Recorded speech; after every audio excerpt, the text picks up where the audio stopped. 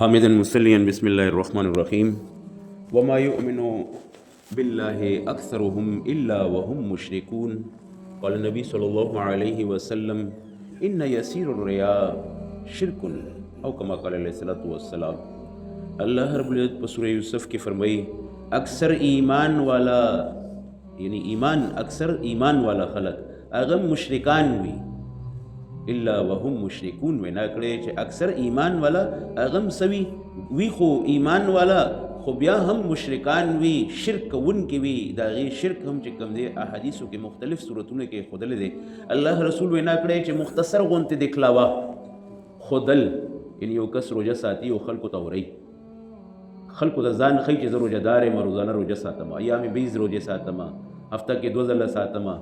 دغه رنګ چې کوم دی خودل کوي نو فرمایي چې هغې شرک وکړو مختصر غونتې ریا دغه رنګ فرمایي چې من صلی یرایي چا مونځ وکړو خودلو له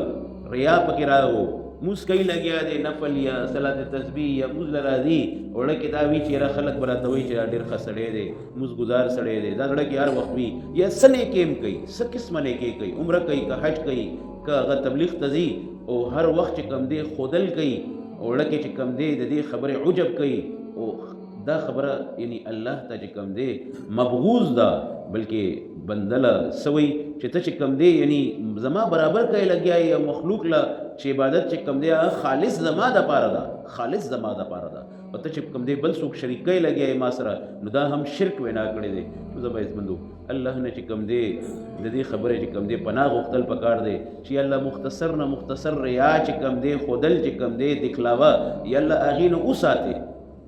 ځکه ریا چې کوم دی هغه شرک وینا شوې ده هغه که مونځ وي خودلو دپاره که هغه روژه وي که هغه صدقه وي من تصدق یرایي صدقه کوي لګیا دی خودلو دپاره یو بل ته وینا کوي سخي سړی یم سخاوت کومه هر ځای کې خرچ کومه دا وینا کول یا حج یې کړی دی بعضې صاحبان خو په خپله وایي ما ته به حاجي به وایي اوس خو مې حج وکړو که نه اوس هم نه وایي تاسو ما ته حاجي صاحب یا بچو ته یې پوه کړی وي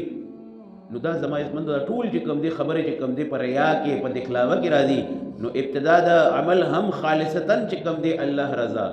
او بیا د عمل په دوران کې هم چې کوم دی نړه کې دا خبره چې کوم دی پوخ وي چې خاص د الله دپاره کوم لګیا یم او بیا د عمل په آخر کې هم چې کوم دی سوي د نړه کې چې کوم دی استهزار وي د دې خبرې چې خالصتا چې کوم دی الله دپاره کوم لګیا یم کني دې خبره کې